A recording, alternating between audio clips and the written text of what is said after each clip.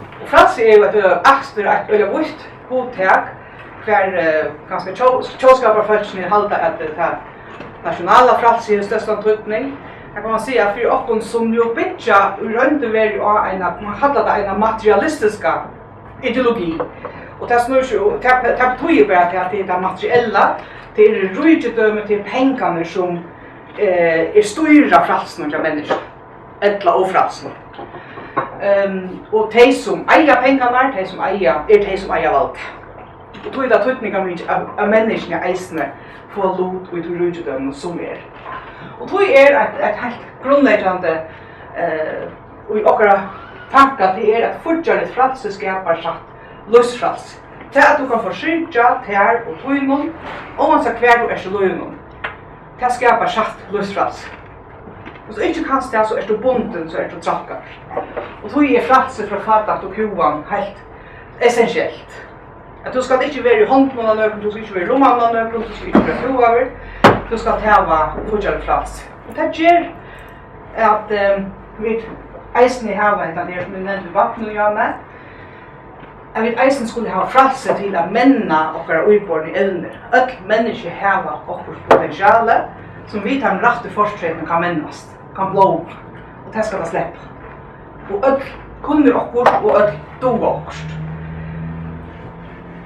Och så har vi eisen frälse till mer demokratiska frälse, att huxa, att sauna, att sia, att skriva, att trycka. Eisen fundamental människalig frälse. Att inte ska kunna täcka tanken från här. Han ska till släppa häva och komma ut vid. Utan han häkar förradar i tog. Och så har vi hotellet. Här har vi ett frälse. Så har vi jaunratt. Vi känner till frälse, jaunaver och sammansfaste. Eller jaunratt och sammansfaste. Öll människor är född frälse och jaun. Ångan sig upphäv och upprona. Och till att det här vi tar du är född. Eller fötter. Det kan vara att du är född vid en silverskaj i munnen. Det kan eisen vara att du inte är det. Men korsten så helt du den grundläggande rötten till frälse. Och att öll skulle ha jaunbjås möjligheter att vinna sig etna. Och då kunde i andra flockren rönde vi gott i det möjlighetsflockren. Hvis man säger det från hässon känner honom. För det är det som alla åkara ekonomiska politiken eisen snur som till att människor skulle ha jaunbjås möjligheter. Öll skulle inte säga. Öll kunde inte säga. Men öll skulle ha som fortsätt röjna det. Som möjligheter. Så man kunde kalla det möjlighetsflockren. Och så sammansfäste som är det trea beinet som det hela tydor av. Och det är det att inte människor, om vi är född, spillnägen och lycka och jön ut i företagarna, så klarar vi det också inte ensamhet. Vi är avhängiga av våra och fällskapet och sammanhåll skapar möjligheter för plats och jölna i fröd.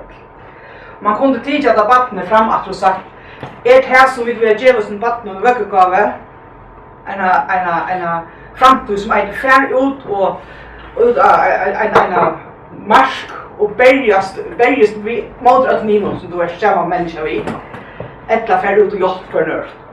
Vi ska inte bergast mot för nörd, vi ska hjälpa för nörd. Jag har till en bättre väckegave att få. Och vi skulle vara solidarisk. Vi skulle ha sammansfäste mittlen, inte bara mittlen intøk bölkar, men eisne mittlen aldersbölkar, og mittlen achtarli, og mittlen landsparstar, og mittlen hemsparstar. Det verkar att det är inte bara vi här inne i rummen, eller vi här i havnen, eller vi som är jankommen, eller vi som har samma tid. Vi har skiltet till att ha vissa sambandsfäste och samboa vid eisne kommande achtarli. Eisne vi folk som byggva äraställ i heimen och så framvis. Och nu har jag skrivit skatturen. De känner kanske att det är hotväg. Men det är måte att kanske uttala sig att det alltid är en skatt som är positivt. Det är för oppen en skatter till en måte att vi jauna. Vi är inte en måte att vi lyfter och fälla till att vi har en skatt. Och att vi räntar rymliga huvudskatt till fällas kassen kan man säga. Och vi drinta progressiva skatt och det mest bara till att för de som tjänar flest pengar som drinta lutfastliga mer i skatt än de som tjänar minst. För de är starkare och har mer att tjäna och det är. Och angående så har vi också om detta med skatten och som, hvis man får helt atter till det socialistiska huksjoner som åkara huksjon ju bidrar, så säger man här att värska folk ska eia framlägseltålene och ska eia alla profiter och deilande mittelsum.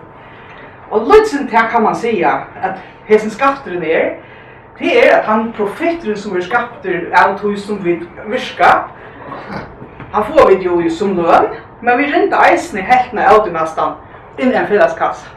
Så vi öll få akan av. Så det är mycket hova hemma verkort hank.